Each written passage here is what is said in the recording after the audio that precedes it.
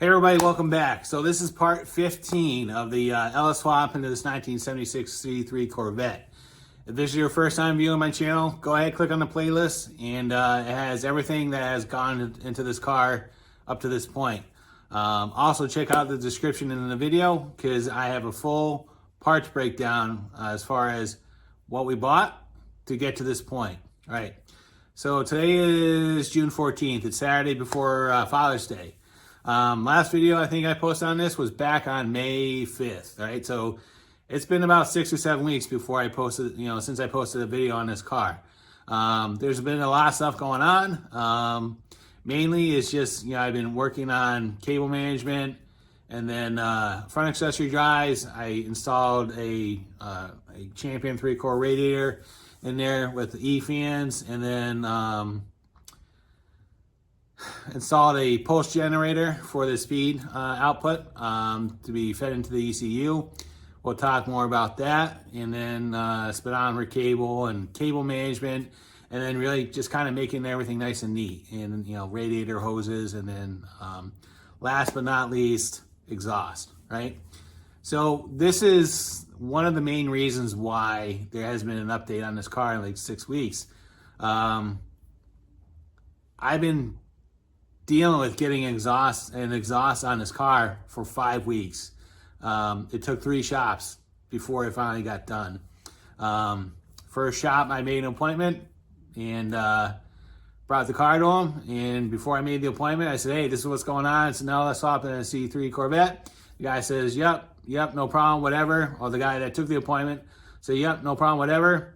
And then, so the appointment was a week and a half out. I called the day before and said, "Hey, just confirming that you're all set. You're ready for me to bring the car down." And then once I explained what was going on, he basically didn't want to do it, right? So lost 2 weeks on that.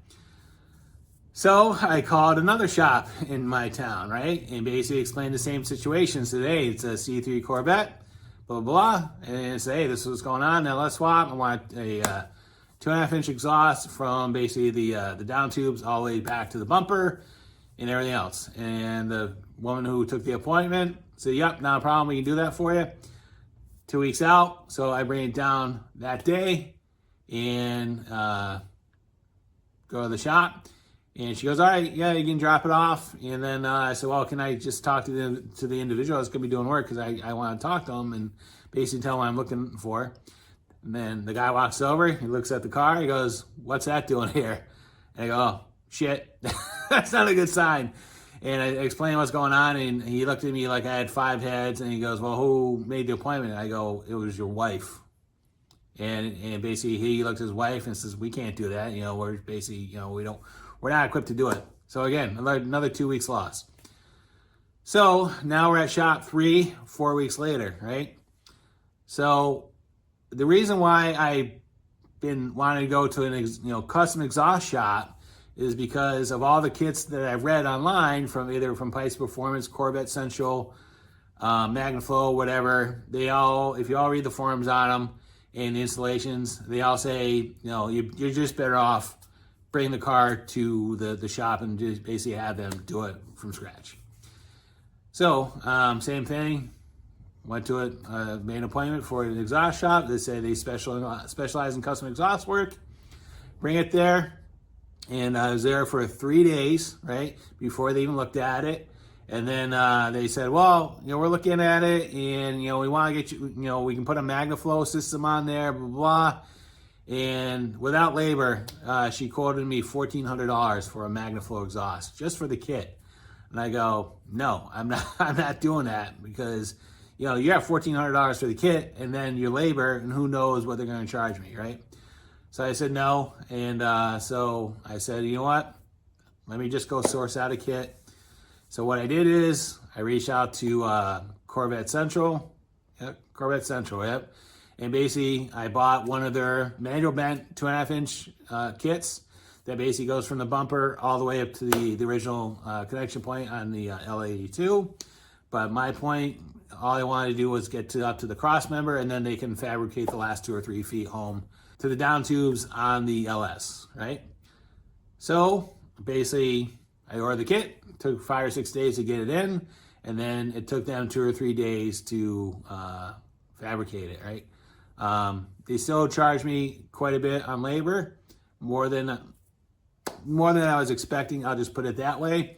But again, it's one of those things where I don't have the ability or the tools or the patience or the experience to basically to create the last 2 or 3 feet up to the collectors. I'm kind of at their mercy. And after going to 3 shops, I paid it. And I wasn't happy with what I paid, but nonetheless, I paid it anyway. So anyway, today is pretty much the first day we had the car out, and I took it down for a shakedown run out to my father's, and it ran great. No issues. It didn't overheat or anything like that. Performance is good. But before I give it like a riding or driving impression or anything like that, that'll actually be in a separate video. What I want to do is we can talk about everything that we did from the last video to get to this point. So a lot of it is just like cable management, power steering, alternator, radiator hoses, fan control, tachometer. The tachometer is working inside the car, and then some other odds and ends, and then we'll get it up in the air and kind of show you how everything kind of ended up underneath the car as far as mechanicals and everything else. All right, so here is the current state, and so again, like I said, we've been doing a lot of little things, but those little things add up to a lot of time. But again, spent some time on cable management. So we have everything wrapped and zip tied and made, make it look as good as possible. So on the right, we have the power distribution center from BP Automotive. That's just sitting basically to the left of the brake booster. So then over on the left, we have the relay center for the E-fans, right? So I decided to go with the setup from BP Automotive. It was relatively inexpensive. It was $100. And so the reason why I went with that, basically it's for the most part a plug and play deal with BP Automotive. Everything is color coded the same as far as the wiring. All the wiring has the correct gauge for the amount of amperage and draws and everything else, and the relays are good and everything else. So there's really no thought process on it that it needs to be done. Basically, you just buy the fan control, do your electrical hookups, and then you route it down to the fans down on the radiator, right? So we'll talk about the radiator and the intake in a minute.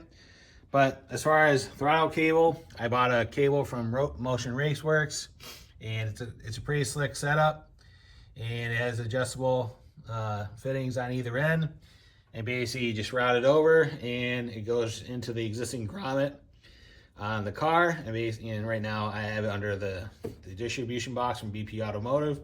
But for the most part, that was pretty straightforward. The biggest pain in the butt was getting it hooked up underneath the dash, because obviously there's no room in there, but that worked out pretty well.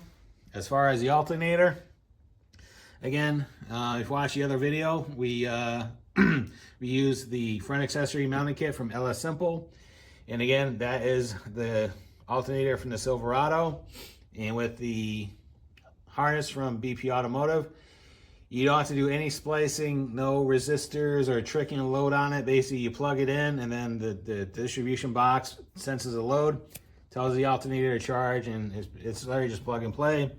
So you got the main harness right there. You have your red wire from the Corvette. That goes down to the fusible links down on the starter, and then back to the battery. So literally, it's a one-wire setup, and then you have the ground, and that's pretty much it. Alternator is very easy. Power steering, so if you look right where my finger is pointing, you're gonna see the return hose right there. But for the power steering, we use the Silverado pump, and we use the stock C3 return line and high pressure line. They both fit with no issues. What I end up doing is I remove the hose from the low pressure side on the C3 Corvette, and I basically replaced it with a new rubber power steering hose, and then I just use clamps for the return side, and I had to extend that. But when we get underneath the car, I'll actually show you that. But as far as the high pressure side, which is probably one everybody kind of wonders about. It fit. It just basically it connected right in, no issues. I didn't have to do anything. So power steering is pretty easy to do, right?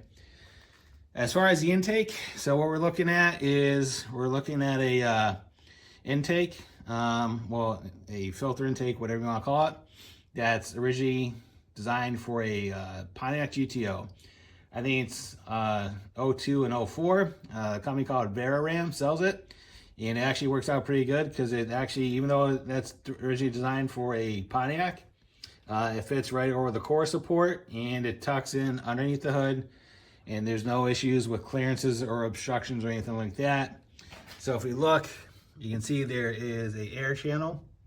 So the way this thing works, when you close the hood kind of comes close down to the sealing surface of the boot or the shelf or whatever you want to call it. And then when the car is in motion, air hits the air dam, and then the air is scooped up, passes over the radiator, and then air is forced into the filter, kind of like a ram air type of situation. So that works pretty good.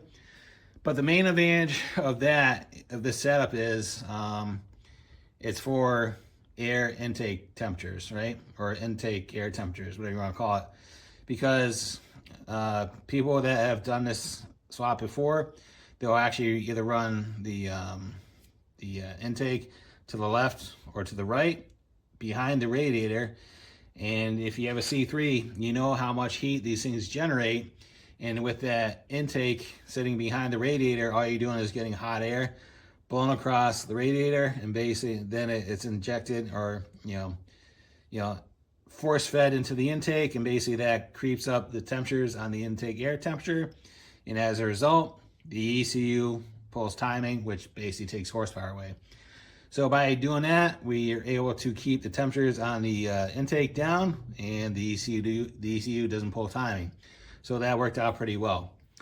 So as far as the radiator, so my original intent was to use the existing radiator, right? So what I did, my original intention was to use fans from a F body from like a 98 to 02, and everybody said they fit, and I didn't have that experience because they do fit, with the exception if you change out the control arms in the front with something like from Global West, and the reason why is the bushing diameter is smaller, and it's actually set back.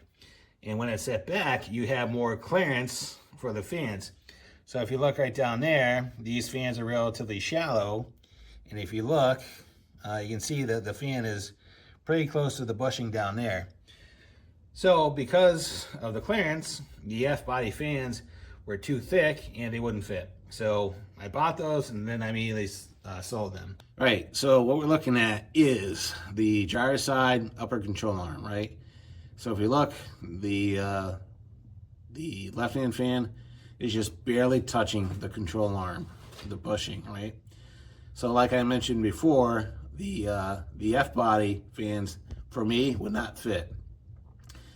And I know people say they will fit, and the problem is they will, but if you want to use those F-body fans, you have to go through the upgrade of replacing the upper control arms with Global West or something like that, because the spindle or the bushing and the way they mount, they're a little bit closer, and the diameter is a little bit smaller. So because of that, you then have the depth of what you need to do as far as getting those F-body fans. So what we ended up doing was I ended up buying a 3-core aluminum radiator with E-fans in the shroud from Champion Radiators. Everybody that I've seen that have used them, they're very happy with them, and so I bought that, and it was pretty much a drop-in. The stock clamps or the retainers worked out fine. I did have to notch out a little bit to make them clear, but for the most part, the left and right, they worked out pretty well. So no issues with that. As far as radiator hoses, As far as the upper, we use a hose from a 2002 Ford Ranger 2.3 4-cylinder, and then basically it fits over the neck, and then it fits over the water pump, no issues. As far as the steam vent, the way we're handling that is, if you look right there, right below the IAC, you'll see a piece of flex loom. I actually have the steam line going in there, and if you look, you can't hard to see, but you'll see a clamp, and basically that line is running into the that fitting. So what we did is, and I'll have the part description, part number in the description, so you can go source out for yourself. But basically, we cut the hose in the middle, and then we put that fitting in between, and then that steam vent runs into a 1/4-inch line, and basically, as you know, it's passing coolant, whatever, it just gets sucked in through the return line, and then does this thing, and then it goes to the supply on the other side. So that works out pretty well. All right, so here's a better explanation of that fitting. All right, so we're looking at the underside of it, and so again, there is the radiator hose from the Ford Ranger.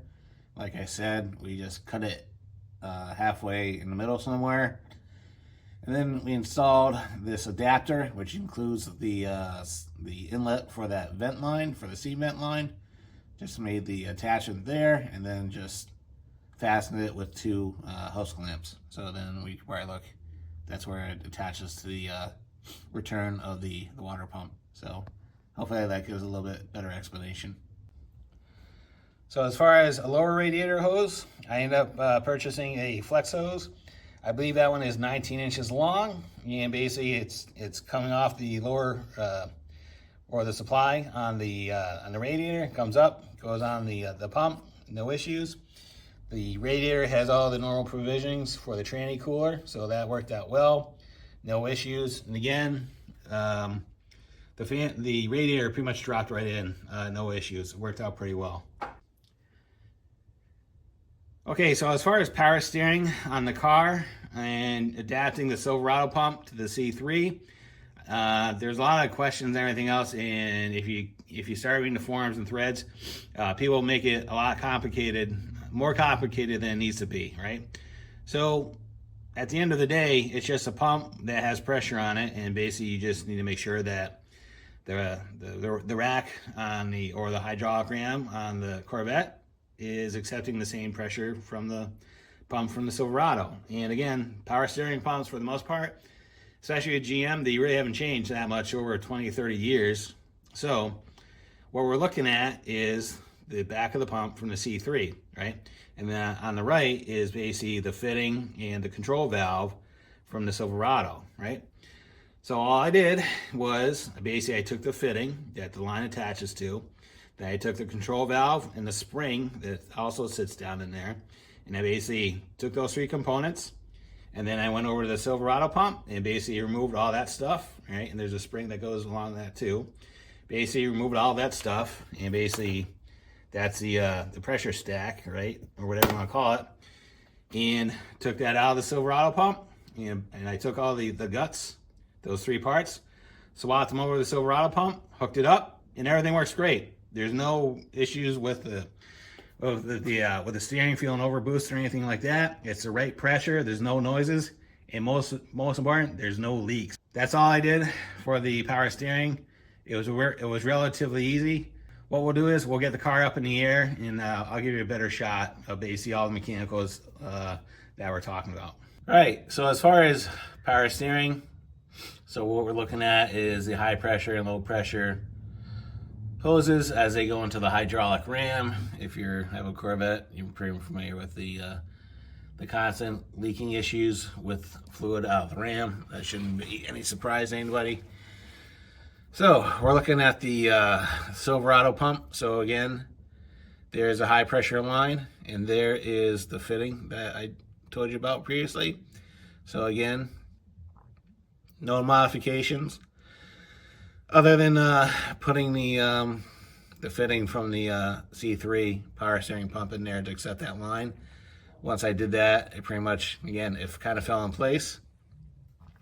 So as far as the low pressure or the return side, basically I got it right there. I got it wrapped up in some flex loom, because I do have it strapped down to the cross member, so keeps it out of the way of the power steering pump pulley, right?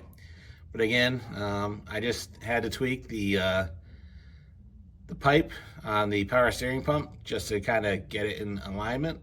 But that does move pretty easily, so not that big of a deal. So doing that worked out pretty well. All right, so what we're looking at right here is a pulse signal generator and a 90-degree speedometer converter, right?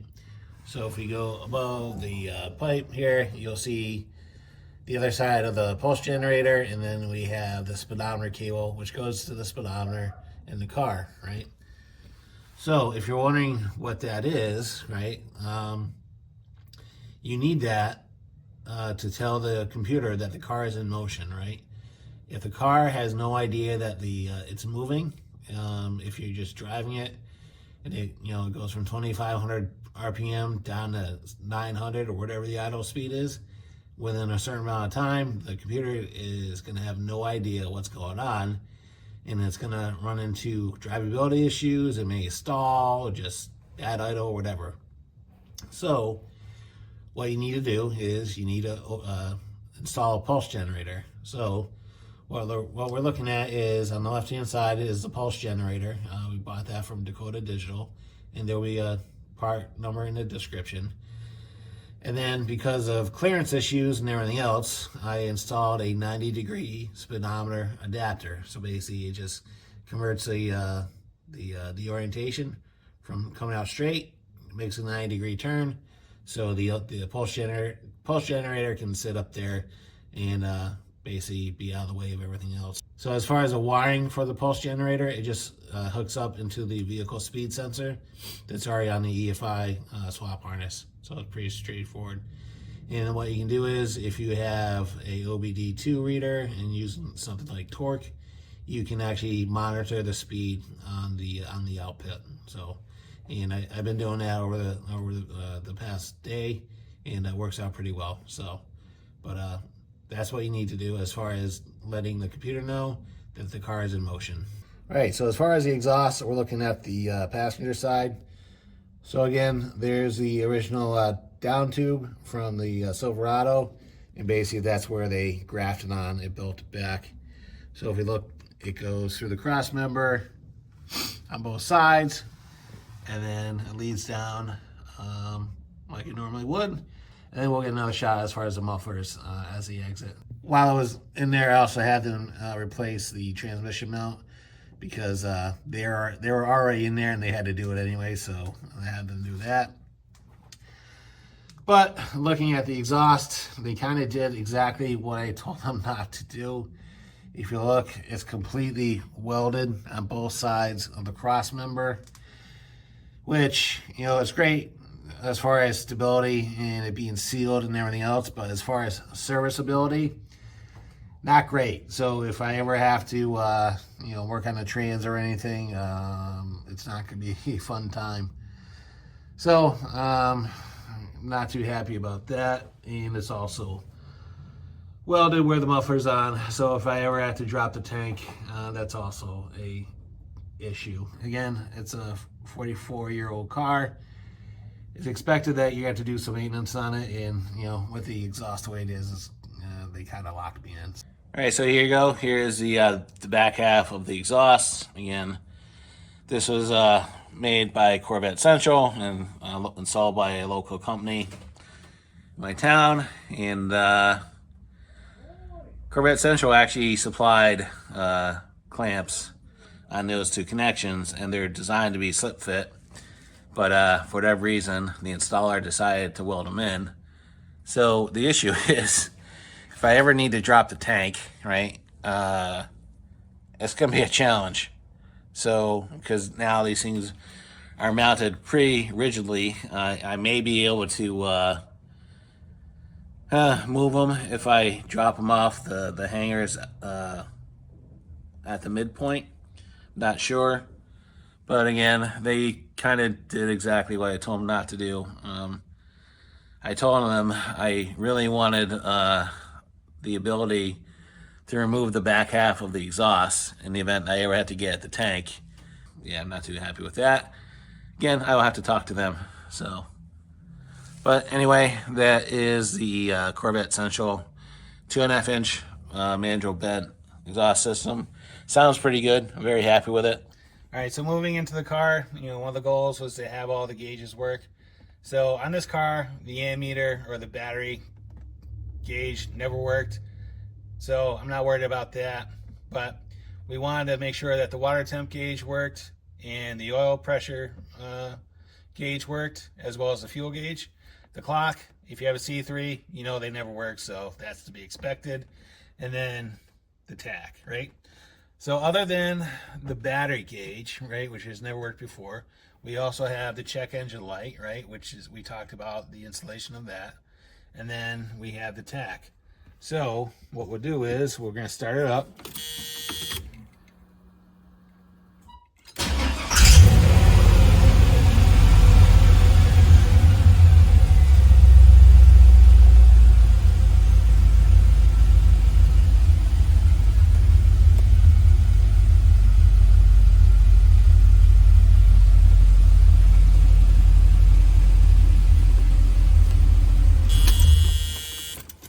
So as you saw, the tach works, and that was relatively simple to hook up. And the check engine light, that comes on and it turns right off. That's expected. Oil pressure gauge works, fuel temperature sensor works, and then the water temp sensor works, right? So why don't we go over to the bench and I'll show you kind of what I did, and I'll draw it out and show you how I got the tach to work. All right, so let's talk about the tach and how we got this to work, right? And the reason why we're doing this is because the tach signal that's coming out of the ECU is, for the most part, in a Silverado and in a modern car, it works fine because it's a relatively low signal. But the problem is on the old style gauges, right, especially for like the one on the C3, because it's an electronic gauge, right? If you try to hook it up, what's going to happen is the tach signal is too weak, right? It's not going to be, the tach is not going to be able to see the pulse that's on the wire. So what you have to do is, essentially we have to amplify the signal on the wire. And the way this is done is we apply voltage in conjunction with the tach signal to kind of boost it and then feed it to the tach. And once the tach sees that boosted signal, it can then read the output and everything works, right? So as far as hooking it up, it was pretty straightforward. So on the tach, right, and this applies to GM vehicles with an HDI distributor. So if you remember, if you unplug the distributor, there's two wires that went to it, right? So you have the brown wire, which goes to the tach, and then you have a red one, which is 12 volts applied with a key on, right? So if you're like me, I'm actually using that 12 volt to wake up the ECU, right? So chances are you're already using that 12 volts for something, right? So all we did is we're basically taking that 12 volts applied, we made another connection, and what we're doing is in between the tach signal and that wire and the 12 volt, what we're doing is we're putting a resistance on the 12 volt to knock it down, right? Because we don't want just a straight 12 volt to it. We want to knock it down. So what we did is I just took a 1000 ohm resistor, 1/2 watt, and I basically just put it into a butt connector and basically heat shrinked it and basically came off a wire, right? And I basically continued it on, and then I basically joined it at those two, right? And then what I did is on the other side of the connector, we just connected it back to the brown wire, which feeds to the tach, and that's how the tach works, right? So now when the engine is running, the ECU gets a signal from the crank position sensor. Basically, it says, all right, this is how fast the engine is running. It basically transmits it on the, pretty sure it's the pink wire. On my harness it was. And it says, all right, here it is. It basically, the red wire boosts the signal, bang, bang, bang, and the tach reads it, you have a signal. It really is that easy. Check out the description of the video. There'll be a link to the wiring from LT1 Swap. That basically shows you how to do it. But again, it's very easy. Don't get intimidated by it. All right, so there you go. So I know this was a long video. If you made it this far, I thank you. So we covered a lot of content in this video, but again, a lot of this stuff that we talk about are kind of the things that typically don't get covered in a build. I know from my own research, trying to find stuff on YouTube, there's people that kick off the video and then it kind of dies in transit, and you never get closure as far as, did they get finished, or did what happened to the project? So again, the goal on this whole car was to kind of walk everybody through the process that I was going through. So in the event that you have a C3 or a Chevelle or something, or a project car, this is typically what you're gonna be looking at. So, but again, this was a budget build. The goal of this whole thing was not to spend hundreds and hundreds of hours on this car and in tens of thousands of dollars. Because again, at the end of the day, it's a 76 C3 Corvette. There's over 500,000 of them that were produced, and it needs a paint job. So if you look at the total return on investment, you can spend $20,000 on a build like this. But again, unfortunately, I hate to break to any C3 owners that are out there, it's a horrible return on your investment, because right now the value on those cars, they've appreciated a little bit because of inflation, but as far as the desirability of them, they're starting to get a little bit better, but nowhere near like a Chevelle or Camaro or a Hemi product or a Mopar product or anything like that. So spend your money wisely. So, but again, we spent the money right in the needed places, as far as getting the fuel pump, the harness, flex plate, the accessory bracket and everything else. And basically all those, I think, are gonna basically pay off in the long run as far as reliability. But again, I know it was a long video because we covered a lot, the tach, the water pump, radiator hoses, the pulse generator, the E-fans, and exhaust and everything else. So again, if you made it this far, I thank you. I do appreciate it. But again, if there's any questions that I may have not explained, or I didn't explain it well enough, or I didn't cover, go ahead and leave me a comment and I'll get back to you as soon as I can. I love responding to owners like this that are taking on a project like this. So again, if I can help even one person out, mission accomplished. So all right, so we haven't totaled up the cost of this yet. That will actually be in the next video, along with driving impressions. And but I can tell you, from the couple times I've driven it already, it's money well spent. I completely enjoyed doing this project, and I have no regrets. So, all right. So, as always, thanks for watching, and have a great day. And I'll see you later. Bye.